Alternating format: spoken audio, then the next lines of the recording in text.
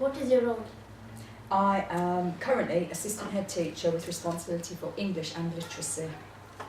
Do you like teaching? I love teaching, yeah. I've been teaching a long time and I still enjoy it a lot. If you're like the assistant head teacher for English, what book do you like? What book do you like from when you were young? What, my favourite book from childhood? Tricky. Do you want to know a secret?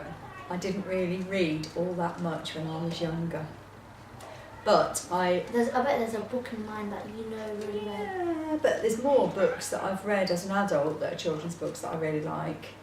Like, for example, I love Charlie and the Chocolate Factory. Oh. I love almost anything by Roald Dahl because I think he's funny. But there is a really great writer for younger readers, but you need to be quite a good reader, called Angie Sage, and she writes kind of quest stories, and I've never read things like that really, but I've found her and she's really good. Why is it important to read? Well, it helps you develop your vocabulary, which means that you're able to sound intelligent, write well, things like that.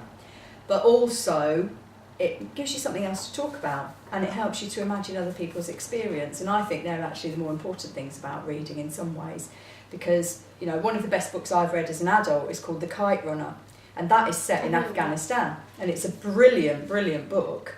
But I would never imagine what the world is like over there without reading something like that. Even by watching the news, it's not the same. You get into what somebody's personal experience might be. Yeah. So I think reading is really important because it helps you to imagine other people's lives in particular circumstances that you wouldn't really know much about. What was your previous job before teaching? Well, I've been a teacher since I was 22 years old, which is quite a long time ago now. And before that, I was at university. When I was at university, I was a waitress. I worked in Sainsbury's. I worked in B&Q. You name it, I did it probably. But I've been a teacher for a long time, and before I came to Benrose I worked in Spain. That was exciting. But my husband and I decided to come back to England, and we looked at a map and said, which part of England should we go to? Where is it nice to live?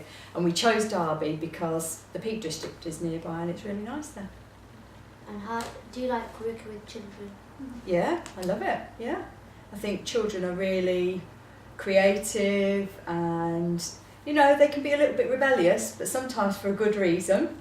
And I don't mind a little bit of rebellion. I think it's a good thing sometimes. If people ask questions and they challenge what's going on, it can be for a really good reason. So that's one of the reasons I like it. Is English your favourite subject? Yeah. When I was younger, my favourite subject was actually French. I loved French and I loved music at school. But when I was about 12, it kind of went a bit off the rails at the school I was at, and I didn't enjoy it so much. And then I got a little bit more into history, and I kind of was ticking along with English all the time. And then I did my A-levels, and when I did my A-levels, then I decided English was definitely my thing. If you never got into English, what other subject would you might have got into in teaching? Well, I also trained to teach something called social sciences, which is like humanities and sociology and psychology. So it would have been something like that, probably. Yeah. And did you have in mind what level, year groups you would teach? I knew I didn't want to teach in primary. I wanted to teach secondary because I think secondary school students have got a good developed sense of humour.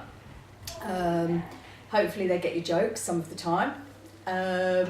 And you don't have to wipe their noses all the time and things like that, which is good. So I prefer secondary age group, and I always knew I wanted to do secondary. Was secondary, if you wanted to go to, if you had a chance to go to primary, would you have gone to primary? I wouldn't have done it when I did my training, no.